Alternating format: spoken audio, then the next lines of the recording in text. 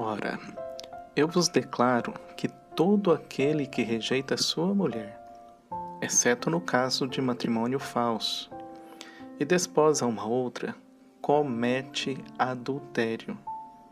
E aquele que desposa uma mulher rejeitada, comete também adultério. Louvado seja o nosso Senhor Jesus Cristo, para sempre seja louvado. Que a paz do Senhor, que excede todas as coisas, esteja e permaneça para sempre em nossos corações. Louvado seja o nosso Senhor Jesus Cristo, para sempre seja louvado. Que a paz do Senhor, que excede todas as coisas, esteja e permaneça para sempre em nossos corações. Amados do Senhor, com muita alegria mesmo em nossos corações, continuamos a nossa busca pela verdade, pelos princípios eternos.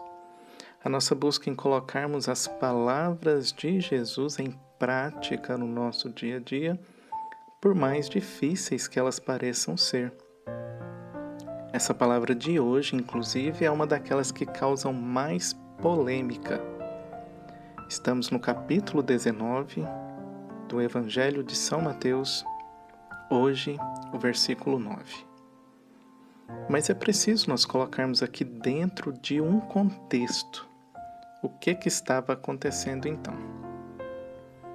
Reparem bem que no início, lá no início mesmo do capítulo, informa que Jesus deixou a Galileia, foi para a Judeia, uma grande multidão o cercou e ele curou todos os doentes.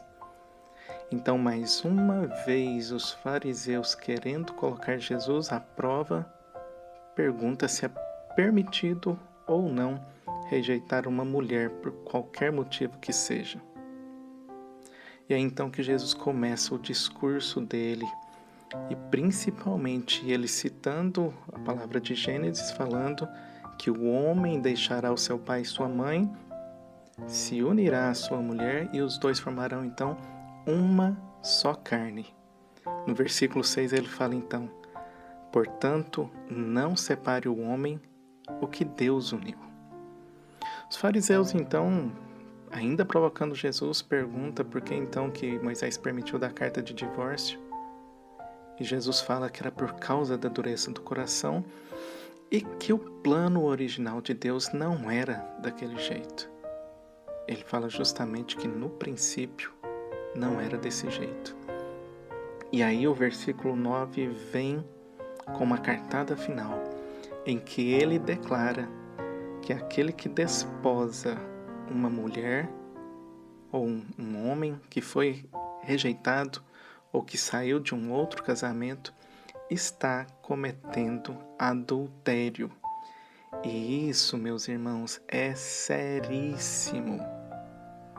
Porque o adultério vem ao mesmo tempo pecar contra o 6º mandamento da lei de Deus, que é não pecar contra a castidade, e também contra o 9º, que é não desejar a mulher do próximo.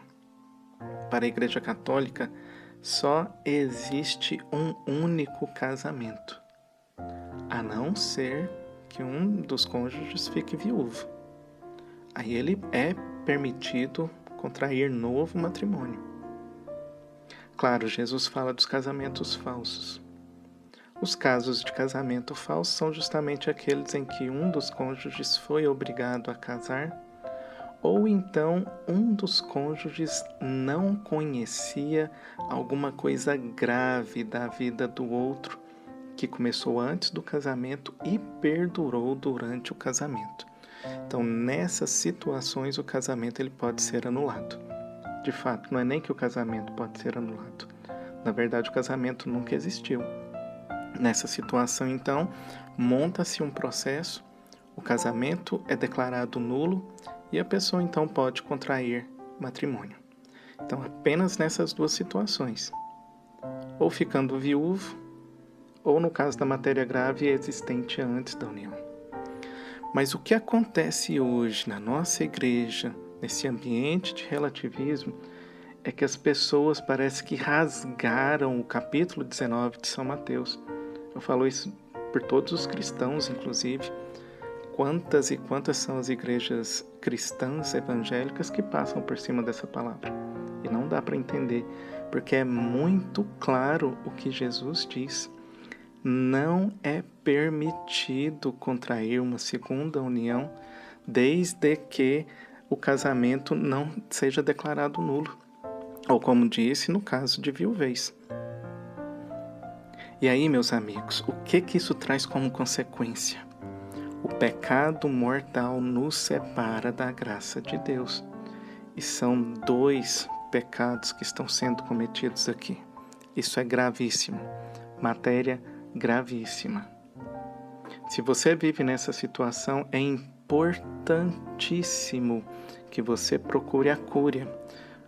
O que é cúria, Márcio? Cúria é a secretaria da arquidiocese ou da diocese, lá onde o bispo mora, onde o bispo legisla. Para que isso? Para que você monte um processo para saber se o seu casamento é passível ou não de nulidade. Porque não sendo passível de nulidade, amados, é grave. Se você não tem filhos, o que é aconselhado é que você acabe com esse relacionamento. Mas tendo filhos, aí uma delicadeza muito grande. O ideal é que coabitem sem que os corpos se unam novamente. Porque senão seria aí uma matéria em que continuaria em pecado. Eu sei que vai ter muita gente reclamando, vai ter muita gente fazendo comentários ou torcendo o bico a respeito disso.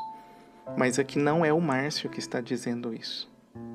O próprio Senhor Jesus declara que a pessoa que casa por uma segunda vez, ela está cometendo adultério.